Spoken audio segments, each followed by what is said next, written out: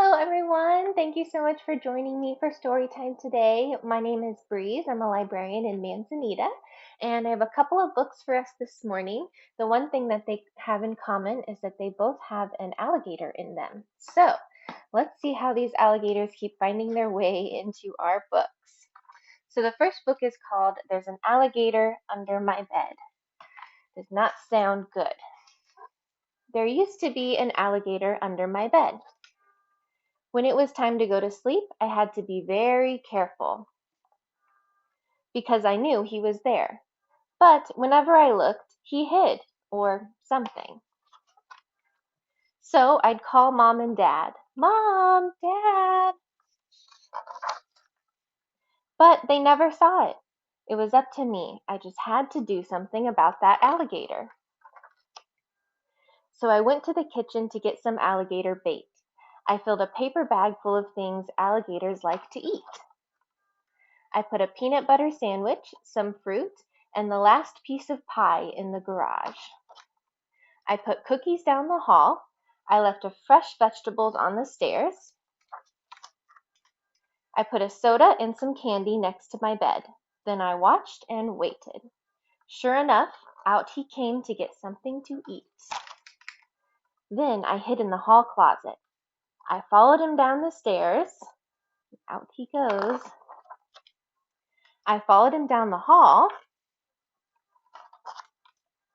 When he crawled into the garage, I slammed the door and locked it. Then I went to bed. There wasn't even any mess to clean up. Now that there is an alligator in the garage, I wonder if my dad will have any trouble getting in his car tomorrow morning. Uh-oh. I'll just leave him a note. Dear Dad, there is an alligator in the garage. If you need help, wake me up. Warning, be careful. Oh boy. And the next book I have is called Snip Snap, What's That?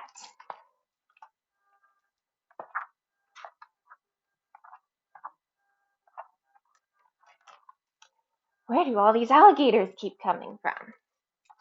When the alligator came creeping, creeping, creeping up the stairs, were the children scared? You bet they were. Marissa tried to close the door. Eva tried and tried some more, and Jonathan didn't try at all. He just cried and cried. Then he hid. I don't blame him. The alligator's mouth was wide, its teeth were long, its jaws were strong. The children watched as it began to bite the edges of the door. Snip, snap, snip, snap. Were the children scared? You bet they were. The alligator slithered, slithered, slithered down the hall and slipped into the living room. It swished, swooshed its tremendous tail, which was shiny and spiked and full of scales. Were the children scared? You bet they were. The alligator's tongue was flicking. The alligator's feet were kicking. Then the alligator's mouth opened up very wide, creak, creak, creak, as if to invite the children inside. Were the children scared? You bet they were. The alligator's eyes were flashing. The alligator's teeth were gnashing as tables and chairs and the piano went crashing. And after the sofa and curtains were ripped, the alligator licked its lips. Were the children scared? You bet they were. And then what did the alligator do? Did it say to the children, I'm going to eat you? Well, not exactly, but it came closer and closer and closer until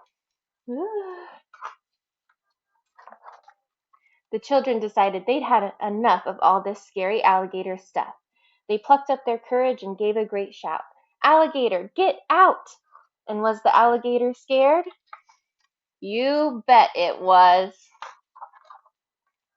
Thump, bump, bump, thump, and the alligator went stumbling, tumbling, grumbling, swoosh, all the way home.